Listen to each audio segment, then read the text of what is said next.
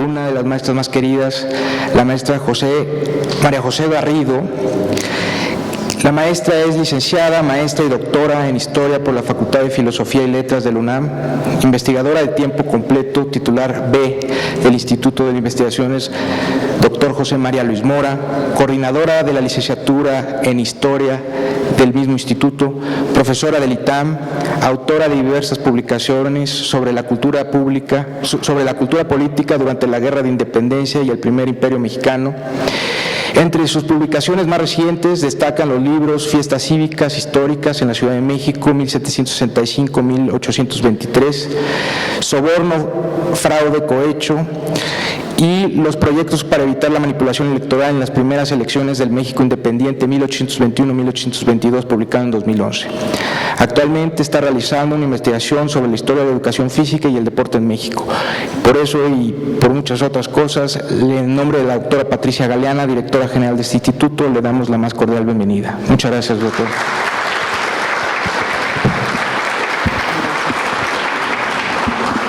Buenas tardes, gracias. Me da mucho gusto estar aquí. La verdad es que vengo de dar mi clase en el ITAM y creí que iba a haber muy poca gente, porque ayer llovió horrible y porque al rato juega México, ¿no? Entonces dije, no va a haber nadie, ¿no? Y me da mucho gusto, de verdad muchísimo gusto, encontrar a tanta gente interesada en la historia de nuestro país, en la historia en general, y más gusto y emoción me da encontrar rostros conocidos. Por allá están. Me da mucho gusto verlos aquí, rostros conocidos y muy queridos para mí.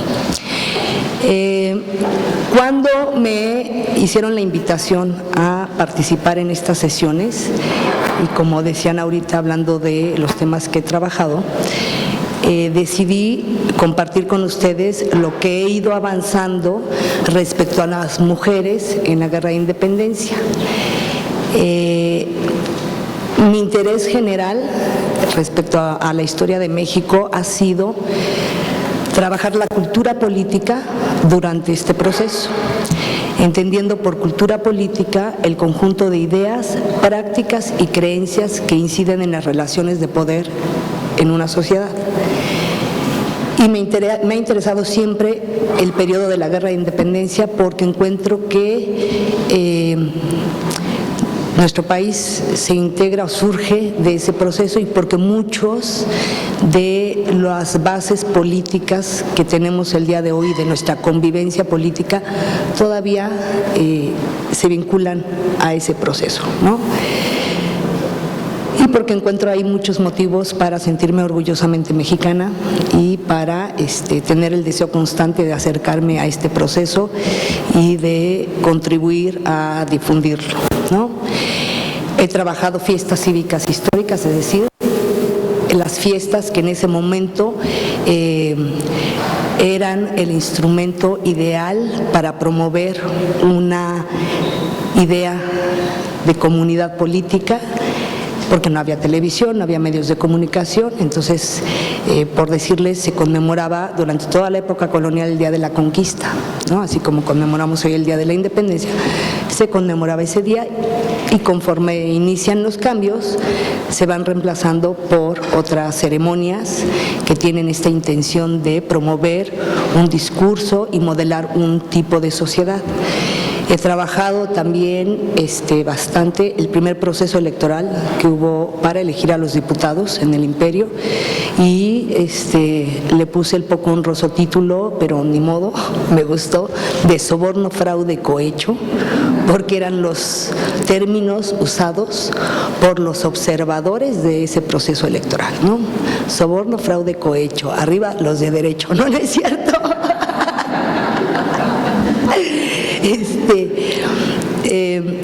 Y debo confesarles que me he acercado a las mujeres no desde una teoría o metodología de historia de género.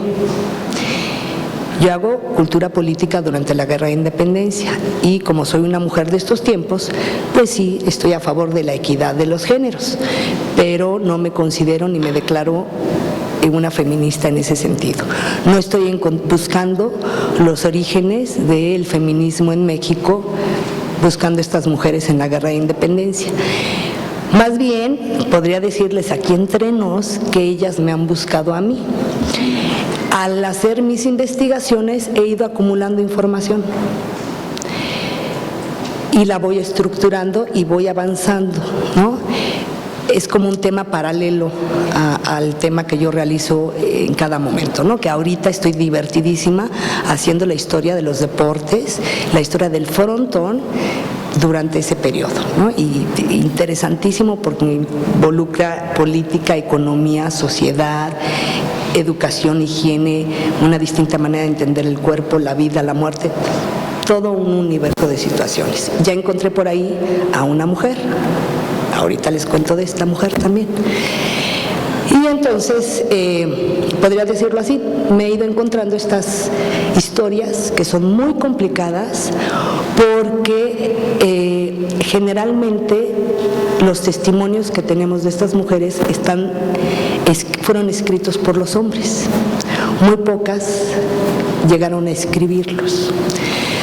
Esto ya es un problema serio porque de entrada no son ellas mismas las que están hablando de su historia, de su versión, sino que ya está filtrada por la comunidad masculina, digamos. Y de origen ha sido necesario ubicar cuál era el rol de las mujeres en esta época durante la Guerra de Independencia, ¿no? Y luego tratar de entender cómo participaron en este proceso político y militar y si este proceso modificó o no la percepción que ellas tenían o la percepción que los hombres tenían de ellas, ¿no? Entonces, pues ha resultado muy divertido y espero que así siga siendo. Para entrar ya de lleno en el tema, voy a ocupar unos minutos comentando con ustedes lo que para mí en términos generales fue el proceso de la independencia, ¿no? Yo entiendo la independencia como el proceso político y militar por el cual este país conquistó su independencia política como una guerra, pero o de manera fundamental como el proceso político que sentó las bases de una forma de gobierno y de una sociedad distinta. Que estos principios nuevos convivieron durante mucho tiempo con antiguas formas, con formas tradicionales de pensamiento, pero que sentó las bases, por lo menos en cuanto a que surgieron nuevas palabras, nuevos temas de discusión pública, ¿no? En cuanto a la guerra, y eso siempre que doy clases intento que quede muy claro, si entendemos la independencia de México como un proceso como que formó parte de la crisis de un conjunto mayor que fue la monarquía hispana, creo que podemos encontrar mejores explicaciones de lo que sucedió, digamos, en nuestra guerra de independencia y con el México del siglo XIX. El proceso inicia por acontecimientos que suceden en la península y que afectan a toda la monarquía. De inicio, la reacción que se da en este territorio es similar a la que se dio en la península y en el resto de los territorios ultramarinos. La población en general, aún la indígena, defendió sus valores tradicionales, ¿no? Defendió al rey, a la religión católica y a sus tradiciones.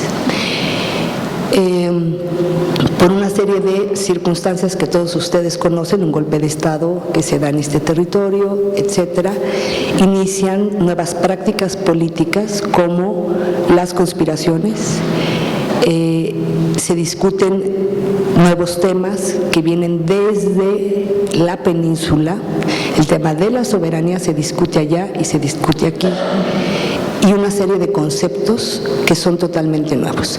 Un ejemplo que les doy a mis alumnos actuales es el petróleo. Hoy tenemos todos distintas opiniones de si debe hacerse esto o si debe hacerse el otro, pero todos estamos constantemente escuchando que hay una discusión que es el tema o uno de los grandes temas actuales. Por las transformaciones políticas que se dan allá y en la que participa este territorio como el resto de la monarquía, se van a discutir en las plazas, en los mercados, en las pulquerías, en la iglesia, en las calles, en todos lados, los temas de independencia, pero primero era una independencia de Francia, ¿no? Independencia, soberanía,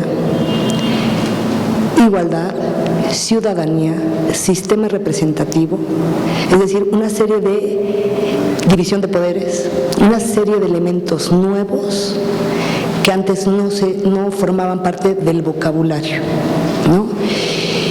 Y esto va a provocar grandes transformaciones en la cultura política.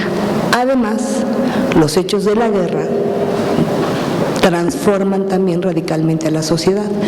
Primero, porque esa sociedad sale a la defensa de su rey, de sus religiones y de sus tradiciones, y por lo tanto se prepara ante una posible invasión francesa o ante la llegada de emisarios franceses, y aporta recursos, muchas oraciones, muchas misas, porque así tenía que ser, y se hacen colectas, se acumulan zapatos, ropa, etcétera.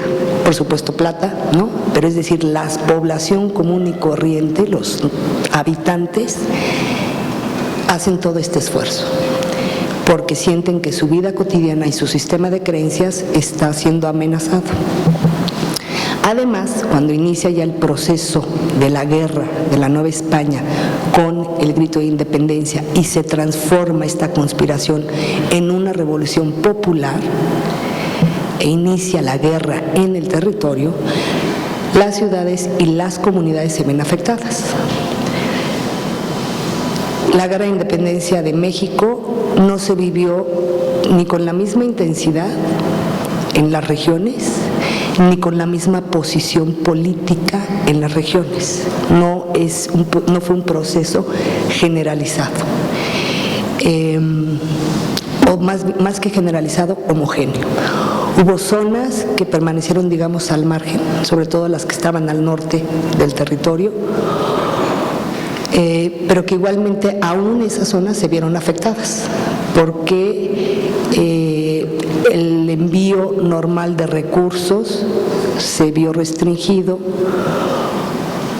o por ejemplo hubo otras zonas, ¿no?, que incluso se independizan temporalmente, como Texas, ¿no?, por situaciones particulares, y por supuesto el centro lo vive con una gran intensidad, por características especiales. Pero a final de cuentas, y eso es a lo que voy, la gran parte del territorio, aún la más lejana, se vio afectada por los hechos militares y por los hechos políticos, porque cuando se promulga y se jura la Constitución de Cádiz, se modifica totalmente la forma de gobierno, ¿no?, de la monarquía absoluta, donde la legitimidad política provenía de una creencia superior, ¿no?, de un derecho divino, donde el rey era rey por esta situación, donde quienes ejercían las funciones de gobierno tenían la obligación de ejecutar las leyes que venían de otro lado y podían modificar alguna que otra cuestión particular, pero que no participaban en la discusión de asuntos públicos, de asuntos políticos, ni tenían la intención de transformar a ese conjunto, ¿sí? Por la Constitución se introducen nuevas formas de gobierno, nuevas instituciones de gobierno que afectan a todos, ¿no? Algunos de ustedes deben saber que de los ayuntamientos tradicionales se establecen los ayuntamientos constitucionales, que deben estar integrados estos nuevos por alcaldes y regidores electos por la población. Es decir, esa población que no participaba en la vida política, por primera vez es invitada a participar en la toma de decisiones políticas a través del voto. Además, deben elegir a los vocales de las diputaciones provinciales, que son el antecedente de los estados de la República Mexicana, y se nombran a 7 vocales. Entonces, también debe participar esa población en las elecciones para integrar sus diputaciones, que era como su gobierno estatal. Y además deben participar para elegir a sus diputados que irían a representar estos territorios a las Cortes. Es decir, esta es una gran transformación. La población que no debía participar activamente, por primera vez es invitada, es incluida y se hacen una serie de tareas preelectorales y de ejercicios que están muy gratamente documentados, de estos trabajos preelectorales que se hicieron para lograr que quienes resultaran electos fueran ciertos personajes, en su mayoría adversos al régimen colonial. Tan grande fue el asunto que en las primeras elecciones que hubo, el virrey la suspende y hace averiguaciones judiciales porque todos los que resultaron electos eran contrarios al régimen. Y se descubren la gran cantidad de irregularidades, ¿no? Etcétera, etcétera. Entonces, desde el lado de la política, digamos que desde el lado de la guerra peninsular, la población ve modificada su vida cotidiana por diferentes razones. Desde el lado de la política es incorporada, se discuten nuevos temas y es incluida, ¿no?, en la toma de decisiones políticas. Y en cuanto a la guerra local, además, las comunidades se ven totalmente afectadas porque los hombres se van a la guerra por decisión propia o por leva, sean insurgentes o sean realistas. Entonces, una comunidad normal, un rancho, un pueblo, se ve afectado, sobre todo en el centro de lo que es hoy el país, por estas condiciones de guerra. Llegaban, en términos muy generales y reduccionistas, llegaban los insurgentes y ocupaban un lugar, quitaban a las autoridades tradicionales, ponían otras y se incluía la población para garantizar la lealtad. Y llegaban los realistas y hacían lo mismo, quitaban a las autoridades, ponían otras de la comunidad para garantizarse cierta lealtad. Y si había necesidad de eliminar a los que estaban antes, los eliminaban, ¿no?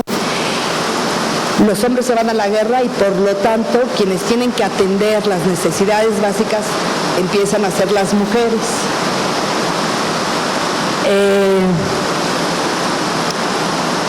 Hay carestía de alimentos,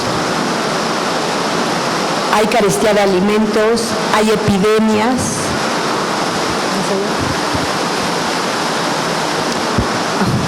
epidemias, se calcula, ¿no?,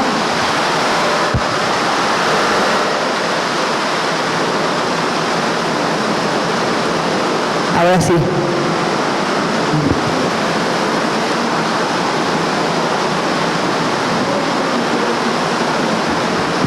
Uno, dos, ¿se oye mejor?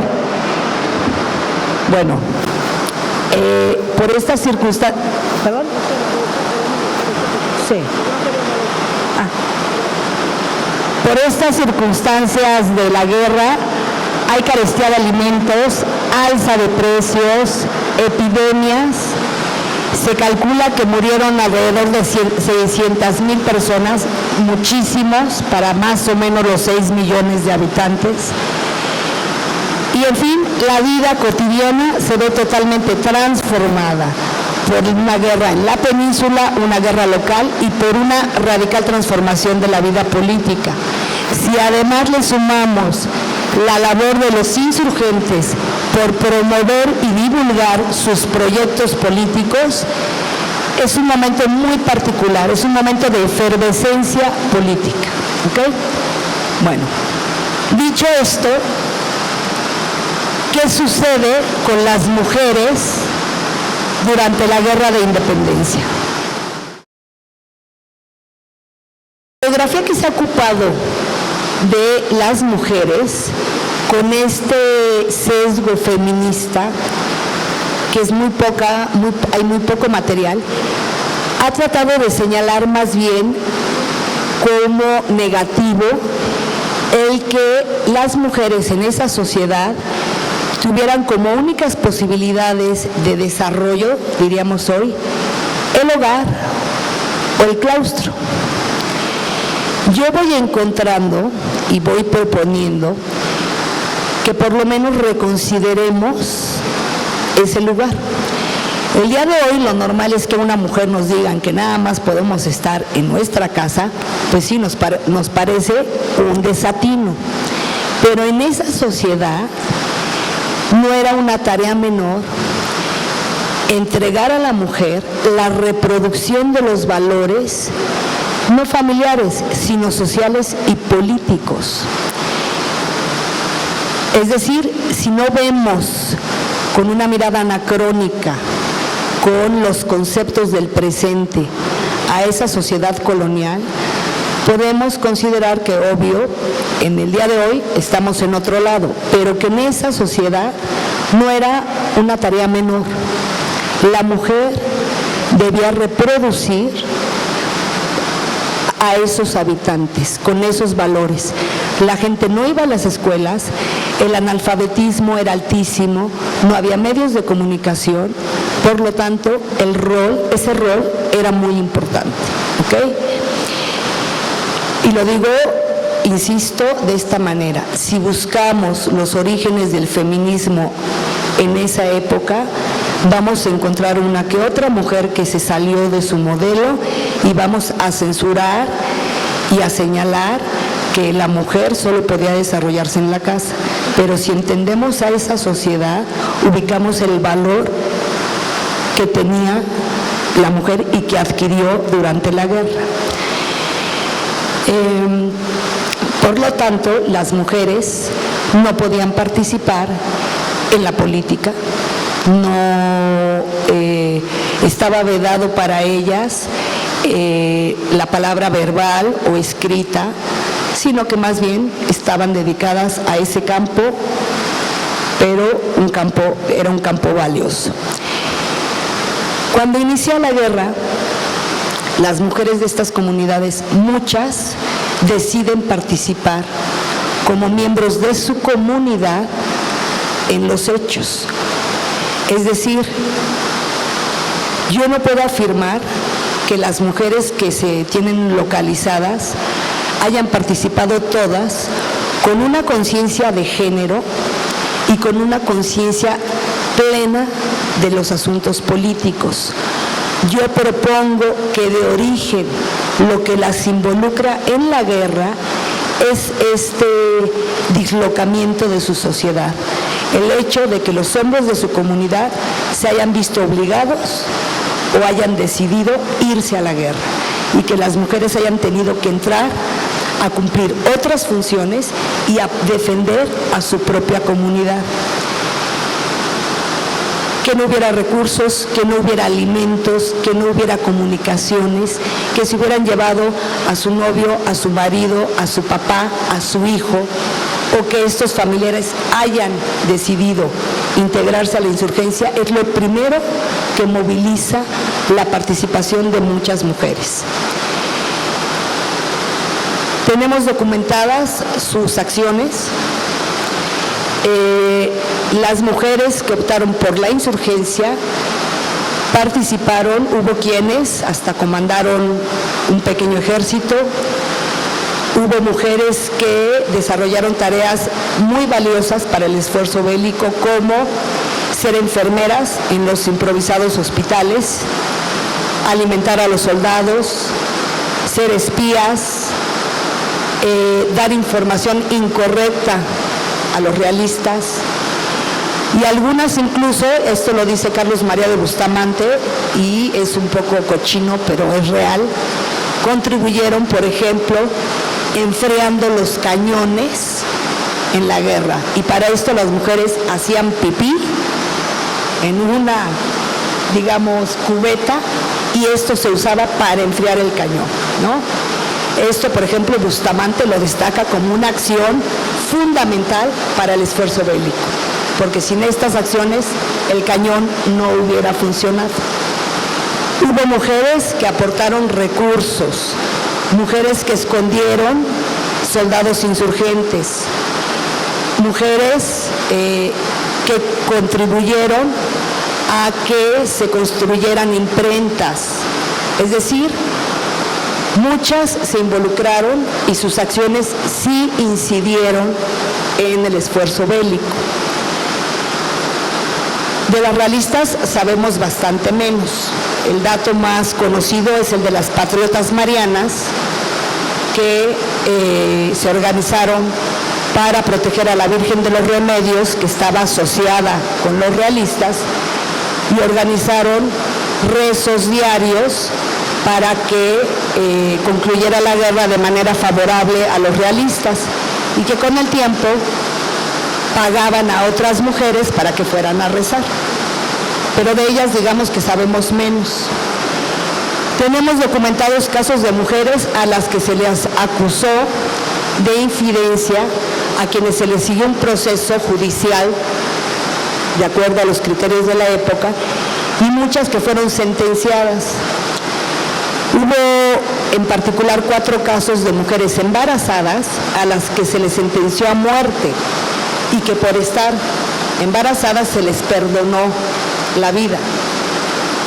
Y en fin, aunque sean a cuentagotas, tenemos información suficiente para indicar, en primer lugar, que más allá de esas grandes heroínas de nuestra historia, la mayor parte de estas mujeres que participaron en la guerra lo hicieron primero como miembros de una comunidad, que desempeñaron tareas fundamentales, y yo me atrevo a sostener que no lo hicieron con una conciencia de género. Fueron pocas las que pudieron acceder a una madurez política de este tipo. Por lo tanto, lo que yo he encontrado en mi propuesta es cómo en esa sociedad organizada por principios religiosos y dominada por los hombres, cómo fueron vistas las mujeres por los hombres y cómo transformó esta situación la condición de la mujer. Les voy a comentar 4 casos. El primero sucedió en 1812. ¿Sí me escuchan? ¿Sí? Mejor nos esperamos, ¿no?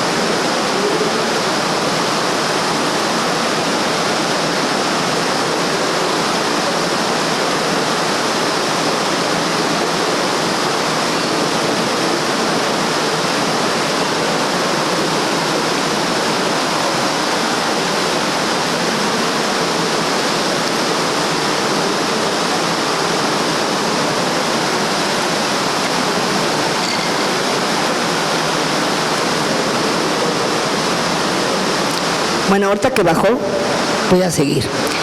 El primer caso se da en 1812. La Ciudad de México, como la capital de la Nueva España, donde residían los poderes civiles, eclesiásticos, el centro financiero de este reino o de esta posesión ultramarina, fue vista por los insurgentes como el lugar que si se tomaba militarmente acababa la guerra y ellos ganaban. Hidalgo inició su campaña con la intención de tomar rápido la Ciudad de México. Morelos organizó su campaña militar de una manera más larga. Pretendía agotar o tomar los recursos que llegaban a los realistas y rodear la ciudad para forzar su rendición. El chiste es que la Ciudad de México nunca fue tomada por los insurgentes. En parte porque la población pobre de la ciudad no se unió a los insurgentes, ¿ok? Ante esta urgencia militar de tomamos la ciudad y ganamos la guerra, y ver que la ciudad no respondía como otras regiones a la llegada de los insurgentes, en 1812, en un diario que fue el Semanario Patriótico Americano, uno de estos muchos diarios insurgentes que se publicaron y circularon durante la guerra con la intención de propagar el movimiento, promover una ideología e informar a la población de los éxitos militares, se publica un artículo en 2 entregas que se titula A las Damas de México. Es un artículo precioso que, punto número 1, está dirigido a las mujeres habitantes de la Ciudad de México, es decir, a un sector al que no se le veía como útil al esfuerzo político y militar. Es la primera ocasión que yo encuentro que se voltea a ver al sector de las mujeres con otros ojos. En este artículo se dice primero, por eso es muy chistoso, que la mujer mexicana, la originaria de este territorio, era responsable del sistema de dominación, porque una mujer se enamoró de un conquistador y gracias a eso se dio la dominación. Y que esto después fue perpetuado por muchas otras mujeres que se enamoraron de los conquistadores, colonizadores, etc. Por lo tanto, la mujer mexicana tenía el compromiso moral de luchar por la independencia. ¿Ok? Lo cual, como van a ir viendo, es una mirada mala, ¿no? La mujer tenía que salir y ser la culpable, ¿no? Bueno, en segundo lugar se dice, ustedes, mujeres mexicanas, deben luchar de esta manera. No les van a dar ni las armas, ni las van a hacer diputadas, ni les van a dar la palabra oral o escrita. Pero dicen, ustedes, mujeres, lo que deben hacer es, punto número 1, las que sean casaderas o las que ya tengan novio, y más si este es peninsular, prométanle que se van a casar con él, pero hasta que se convierta a la insurgencia. Es decir, que use la mujer, digamos, sus atributos femeninos para seducir al hombre y que se convierta insurgente. ¿Sí? ¿Por qué? Porque está la necesidad de que las tropas insurgentes han estado a un paso de la Ciudad de México y esta no se ha podido tomar porque la población no ha hecho una manifestación pública y evidente de su apoyo a la insurgencia. Entonces es la mujer un mecanismo para hacer que los hombres que habitaban la ciudad se convirtieran en insurgentes. 2, les dice, ustedes, y más si ya están casadas con peninsulares o con algún individuo que forme parte del aparato burocrático del régimen colonial, sirvan de espías y a través de la red de sirvientas comuniquen la información. Es decir, si tú eres esposa del oidor, ponte a escuchar lo que dice, se lo comunicas a tu sirvienta para que salga y vaya con otra, comunique esta información y finalmente esta información llegue a los insurgentes. En tercer lugar, se les dice que eduquen a sus hijos en la lógica insurgente, es decir, que como madres y con ese rol femenino informen a sus hijos de lo malos que son los realistas, que les digan todo lo que han hecho y cómo han perseguido a los insurgentes, cómo han matado, etcétera, etcétera, etcétera. Es decir,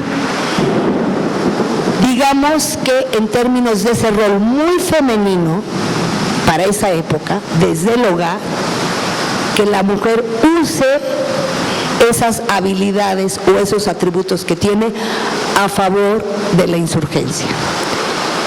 Es muy particular, además imagínense lo que significaba en esa época, en medio de la guerra, editar un artículo y circularlo.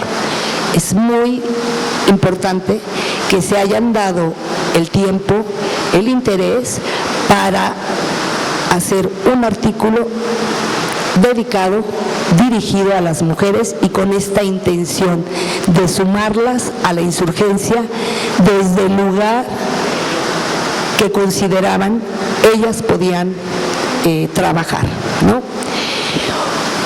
Otro caso que también tiene sus partes que dan risa fue en 1814. Agustín de Iturbide es mandado a reprimir a los insurgentes de la zona del Bajío. Como no puede detenerlos, porque le hacen una guerra de guerrillas, decide tomar a las mujeres de Pénjamo, con la idea de que si llega a Pénjamo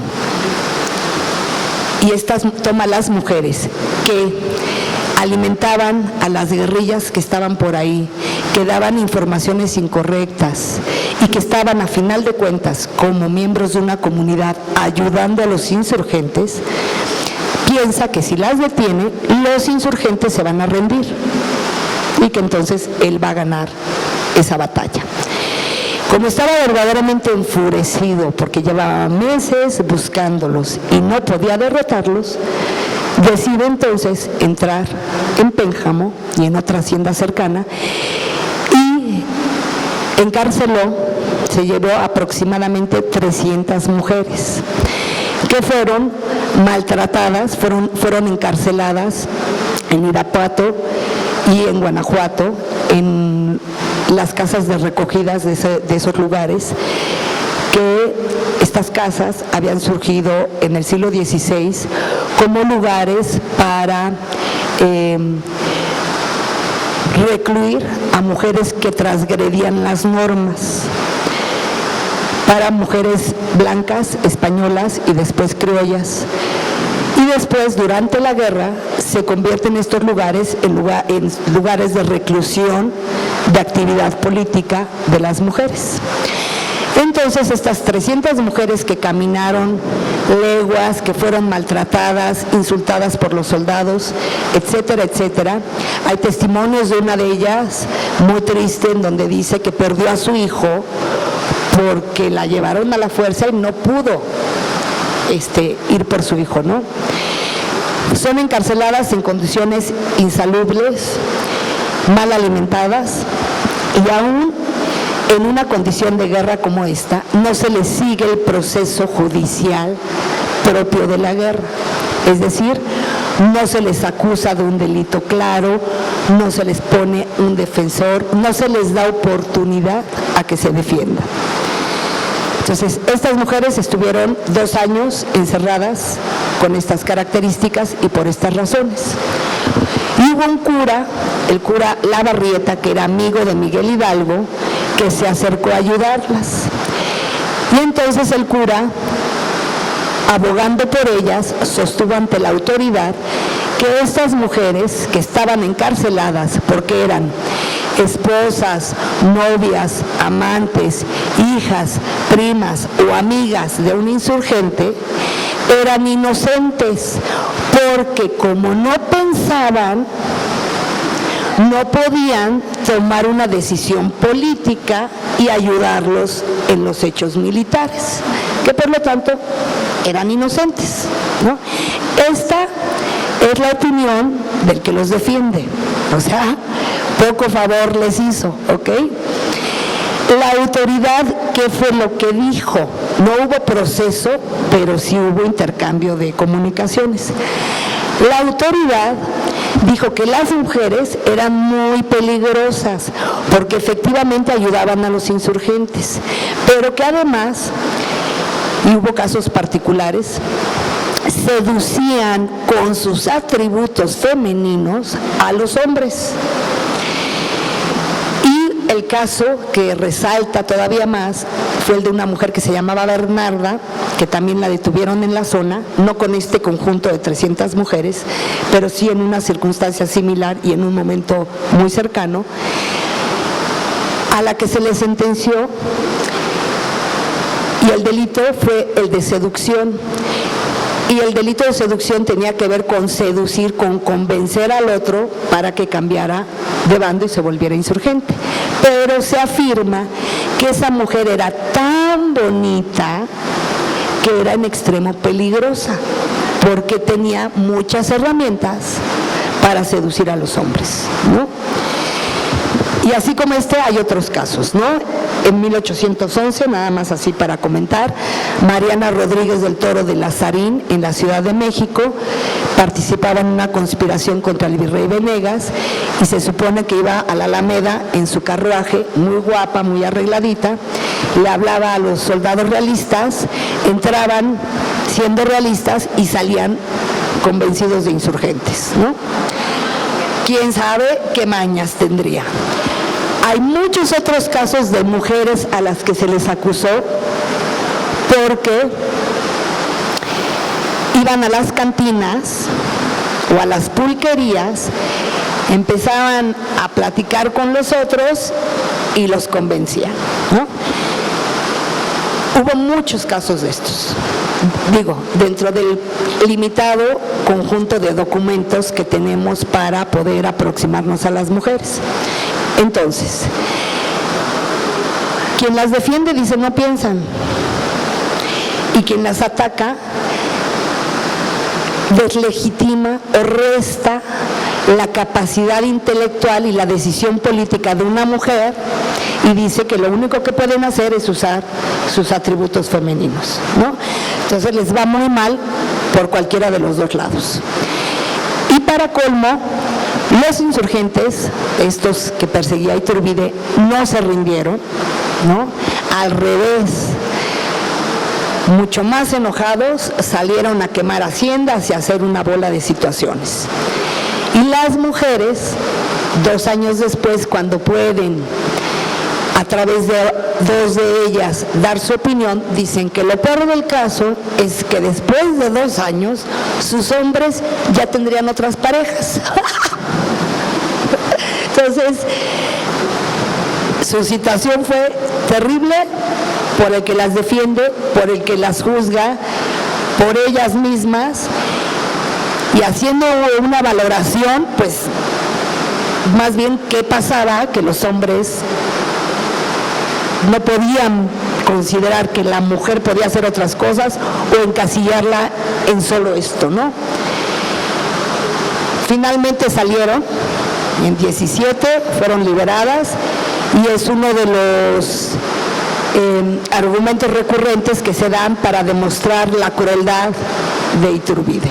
Pero ese, digamos, es otro tema. No fue Iturbide solo, eran los coroneles y los jefes militares en general los que pensaban así. Otro caso interesante fue en 1822, cuando se va a convocar, ya se consumó la independencia, se realizó el proceso de convocatoria del primer Congreso Constituyente Mexicano, se hicieron las elecciones y el Congreso va a sesionar.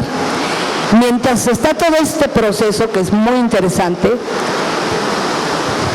José Joaquín Fernández de Lizardi lanza la ocurrencia, y digo ocurrencia porque todavía no entiendo, no sé en qué sentido lo hizo, de publicar en uno de los documentos que circulaban en esa época, que si las mujeres podían, si ya había igualdad, porque el plan de Iguala otorgaba la igualdad, si eran ciudadanas, si podían participar en los procesos electorales y ser electas diputadas, ¿no? Esta pregunta que lanzó en un texto fue comentada por otros publicistas de la época, periodistas, opinadores políticos, y algunos dijeron que no, otros que menos, no, nadie dijo que sí. Pero una vez más surge el tema, ¿no? La discusión. Hubo un texto que escribió una tal Anita la Respondona, ella misma se decía la Respondona, que yo me imagino que posiblemente fue un hombre, donde se decía que sí, que debían también de participar, ¿no? Y hubo otros textos donde se afirmó que no podían ser diputadas porque tenían mucha influencia en los hombres y que entonces si había una bonita que fuera al Congreso podía incidir en las decisiones políticas de los diputados y que entonces si asistían que fueran disfrazadas de sayas cubriéndose para que no pudieran afectar las decisiones masculinas, ¿no? Obviamente no prosperó la discusión, no podía ir más allá, ¿no? Y se decide que por supuesto que no participen. Pero otra vez, a cuentagotas, surge la mujer, ¿no? El último caso que les traigo es en 1823 y es en torno a una organización secreta. 1823, ya no hay imperio mexicano, estamos a punto de tener como forma de gobierno una república, se están dando estos movimientos de logias masónicas con intensidad y hay una organización secreta que se llama el GLAN, que es la Gran Legión del Águila Negra. Esta legión o esta organización tenía como su principal líder a Guadalupe Victoria y tenía por objetivo realizar todas las tareas necesarias para que se estableciera en México un régimen republicano y tenía también como objetivo liberar a Cuba y hacer un esfuerzo para que en Cuba también se estableciera un régimen republicano. Lo primero que puede sorprender es ¿por qué Cuba? Porque si la independencia de México la entendemos no como la independencia de México, de Perú, de Colombia, de Argentina, sino como la reacción de estos territorios que formaban parte de una monarquía, entendemos por qué muchos mandaron dinero, por qué muchos indígenas dijeron yo quiero defender al rey, por qué la reacción fue muy similar. Y es un momento donde muchos de los individuos interesados en la vida política están procurando el establecimiento de regímenes republicanos contra las monarquías tradicionales. Por eso viene Poinsett, por eso viene Santa Marina, por eso vienen muchos otros personajes, Rocafuerte, que no eran mexicanos o que no habían nacido ni estaban aquí, Mina, por eso vienen muchos, porque el tema no es solo independencia de México, no existe una idea de México, es la independencia y el establecimiento de regímenes republicanos contra la amenaza de una reconquista y de la imposición de monarquías tradicionales. Entonces, por esto, Guadalupe Victoria estaba pensando en Cuba. Se tienen los documentos, que también es muy complicado acceder a este tipo de documentos de organizaciones secretas, pero finalmente se tienen algunos de ellos donde se establecen sus puntos de acción fundamentales y quiénes deben integrarlo, cómo deben proceder, cuál es el objetivo fundamental, etcétera, etcétera, etcétera, y se indica primero que las mujeres no pueden participar. Pero después, en otro punto, se indica que los hombres que forman parte de esta sociedad deben hacer todo un esfuerzo para convencer a las mujeres, es decir, educar a las mujeres, transmitirles una pedagogía política para que las mujeres desde el hogar eduquen a los nuevos mexicanos en una lógica republicana, ¿sí? Es decir, de los casos que traigo, digamos que acabamos como empecé, ¿no? La vida de las mujeres fue afectada por los hechos políticos y militares, y también por la guerra civil. Pero después, en otro punto, se indica que las mujeres deben hacer todo un esfuerzo para convencer a las mujeres, es decir, educar a las mujeres para que las mujeres desde el hogar eduquen a los nuevos mexicanos en una lógica republicana, ¿sí? Es decir, de los casos que traigo, digamos que acabamos como empecé, ¿no? La vida de las mujeres fue afectada por los hechos políticos y militares Las mujeres participan y muchas tuvieron una participación activa y muy difícil y muy peligrosa en la guerra, pero desde mi opinión no fue ni con una conciencia de género, ni con un proyecto que mejorara, modificara la condición de la mujer, sino que participan como miembros de una comunidad que está siendo terriblemente afectada en su vida cotidiana por los hechos políticos de la península, de aquí, militares de la península y de aquí. Que muchas, por supuesto, tuvieron una decisión propia, pero que no va en este sentido de, vamos a tener una república y vamos a buscar que las mujeres puedan participar en la toma de decisiones políticas. Yo personalmente creo que no va por ahí.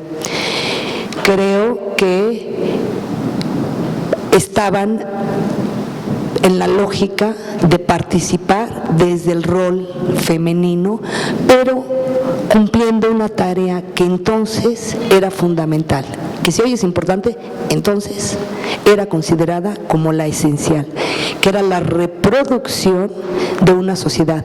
Y en este momento de crisis y de cambio es la construcción de una sociedad nueva. No es educar al hijo en la lógica de sí, sigue creyendo en el rey y adorando al rey.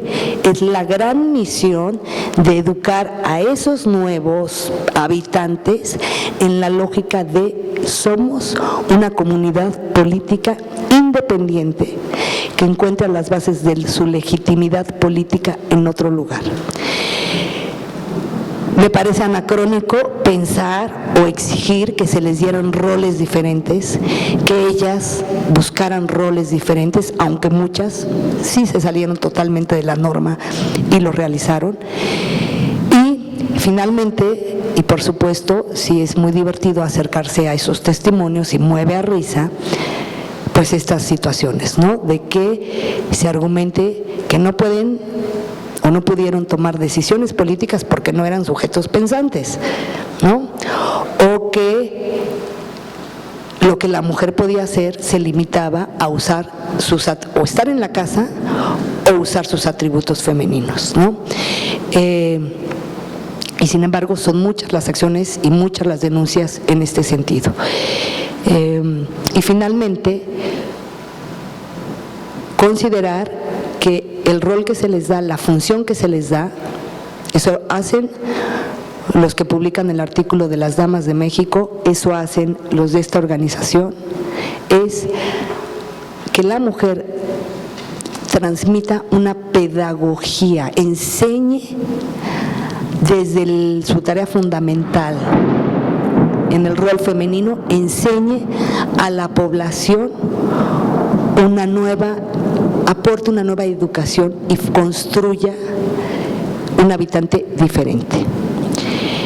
Y para acabar, creo que es lo más importante, en esa sociedad tan restringida en sus códigos morales, tan limitada y tan estructurada en cuanto a